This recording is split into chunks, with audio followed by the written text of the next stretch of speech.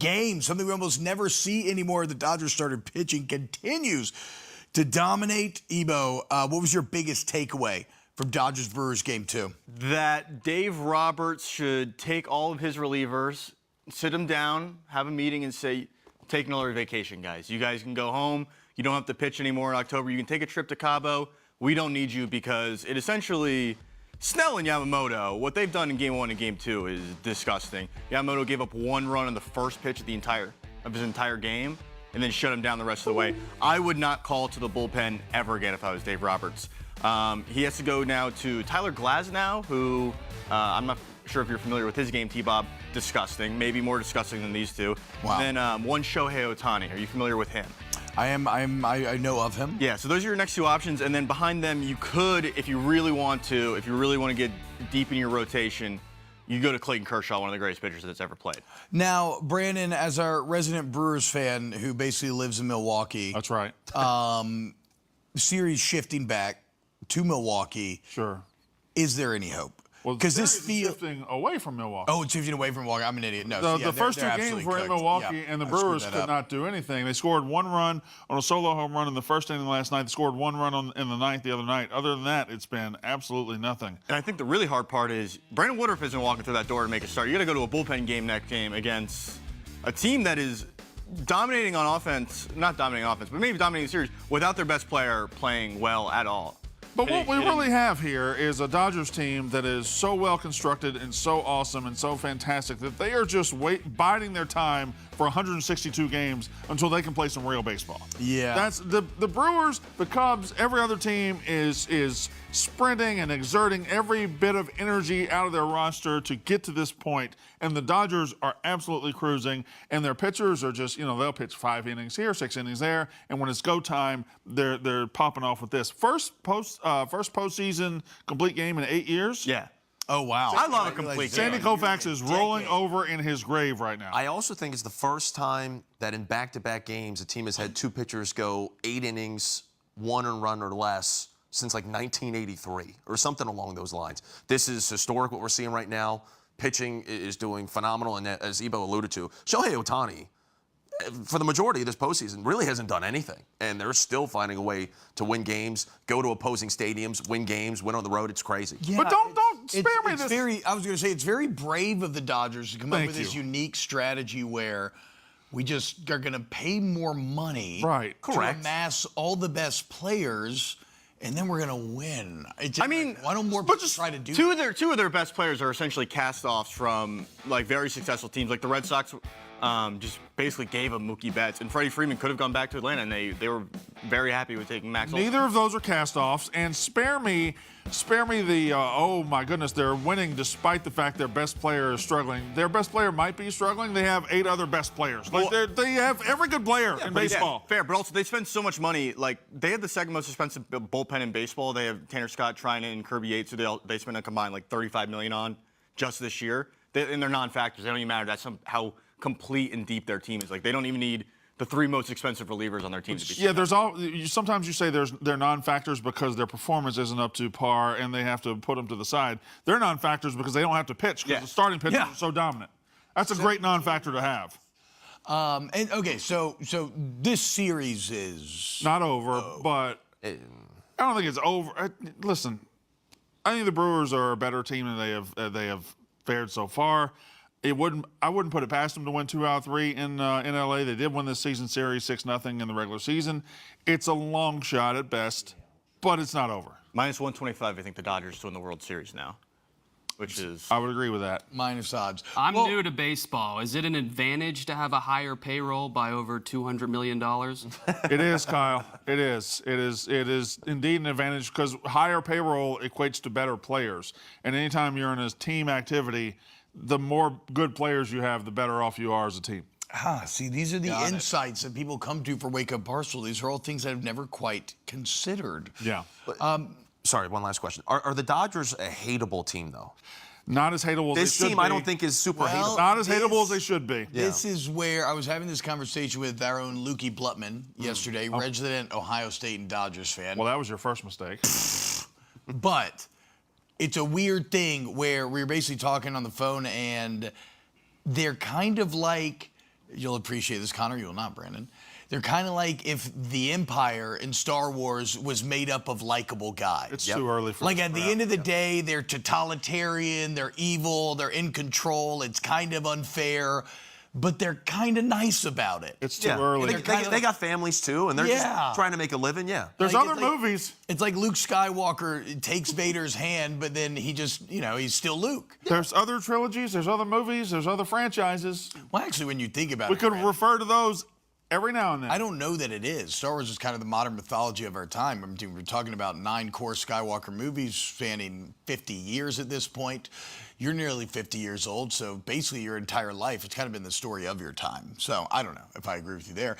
But the point is, like Shohei's like, well, I don't dislike Mookie Betts. No. I think Mookie Betts is incredibly likable. I think Freddie Freeman is incredibly Exactly. likable. Yeah. They're all likable. Except for his teeth. Kershaw's likable. Freddie Freeman's veneers, I don't like. Well, that's just the modern day. Like a guy gets a little fame, gets his teeth fixed. It's Roman Reigns. I mean, the veneers are out of control these days. All right, let's get to a bit of college football. As Brandon alluded to, some big games coming up this weekend that we'll get to later in the show.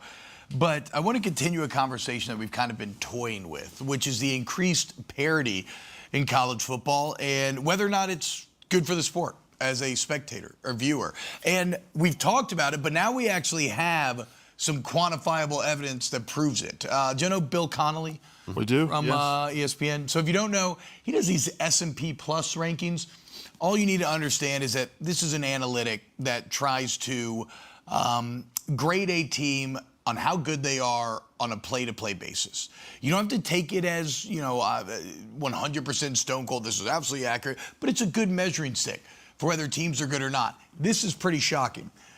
If you look at the Week 8 S&P Plus rankings for 2019 versus 2025, the top 8 teams are a combined 23 points worse than they were in 19, while teams 9 through 25 are a combined 30 points better than they were in 19. So the point is that flattening that you felt, where all of a sudden we're like, well, this team's not good, because they're losing, that flattening where it looks like anybody can beat anybody, it's actually quantifiably true. As a spectator, is that good for college football? Yeah, it is good for us. I don't know if the leagues believe it is good for them. The SEC, I believe, is where parity is present the most this year. Alabama is the highest, or Alabama's up there right now. A&M is undefeated. They're the highest-ranked team. I believe A&M's going to lose a couple games going down the stretch. Alabama could lose again. I really think we're going to have an SEC at the end of the year where every single team has at least 2 losses. And I think right now, as we sit here, in October, what is today, the 15th? I don't know. Okay. October 15th? Yep. 10 teams. That's midway through the season. Yeah. And still 10 teams believe they're going to go to the playoff. Now, they're all wrong. A lot of them are wrong. But that's pretty stunning that many teams, that many fan bases are still this invested and this possibly rewarded in the college football season. I believe it's Herb Brooks who said it's the hope that kills you. Yeah. Yeah. But it's also the hope that keeps you alive until you die, right? And so Which Star Wars is that from? Again, of course, in Two Towers, when Éomer finds Gimli and Aragorn and Legolas running to go get the hobbits from the Uruk-hai, what does Éomer tell them? Do not trust a hope. It is forsaken in these lands. You know Connor's never seen the Lord of the Rings movie? Yes, I have. Connor, I will kick you out of this Connor's studio never right seen the now. Lord I of the have Rings. absolutely seen Lord of the Rings. And it's crazy because you think he would have. We've talked about it. He has never seen a single one of them. Wasn't a fan of Peter Jackson's interpretation. I can't. I'm not going there. I'm not going to get distracted. No. I'm not going to because the Don't let point him is- divide us, dude. I'm not going to get distracted. But we do. Have you heard this, Kyle, that Connor's never... Stop. No. I actually have, yeah. That's not I'm true. a banshee. Have your eyebrows seen a Penn State beat a Power? Stop, Kyle. Stop. We don't have to rehash the same joke from last Yeah, week. that's a good point. Like they said that Mike Norvell just turned, I think, like 44, and he hasn't won an ACC game since he was 42. Yes. So Connor's eyebrows have never seen a Power 4 win. No. Is that accurate? I think parity is great for college football. I think it's so much fun.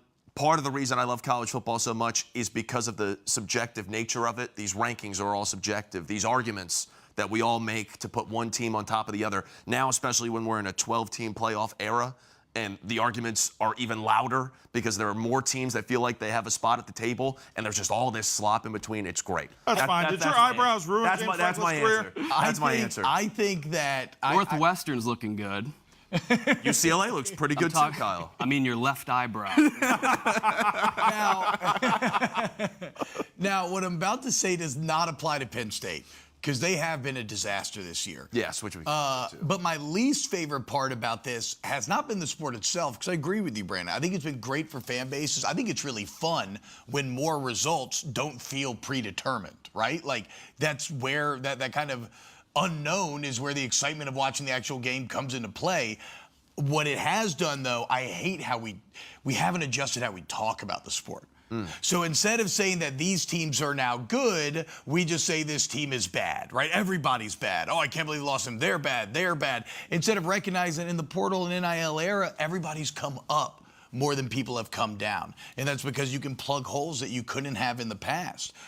Do y'all think, though, because there doesn't seem to be a true, maybe unquestioned superpower, Ohio State would be flirting with it, but they don't even feel like you could attain the heights of maybe like a prime Alabama or prime New England Patriots.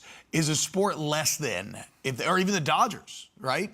Is a sport less than if they don't have the big, evil, bad guy? Well, that's what you're talking about, because there's just no villains in college football when nobody's sitting at the top of it dominating with it. But I do think Ohio State is that team right now. They are sitting on top of the throne. They don't look very challenged so far this year.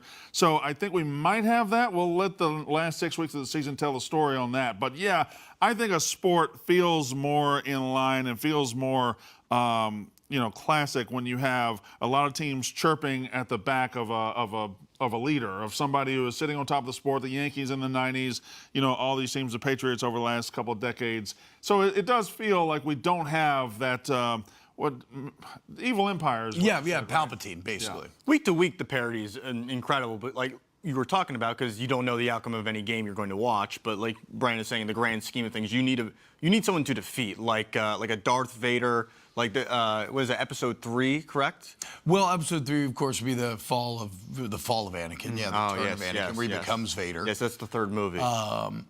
All right, when it was actually the 6th movie released chronologically in our timeline.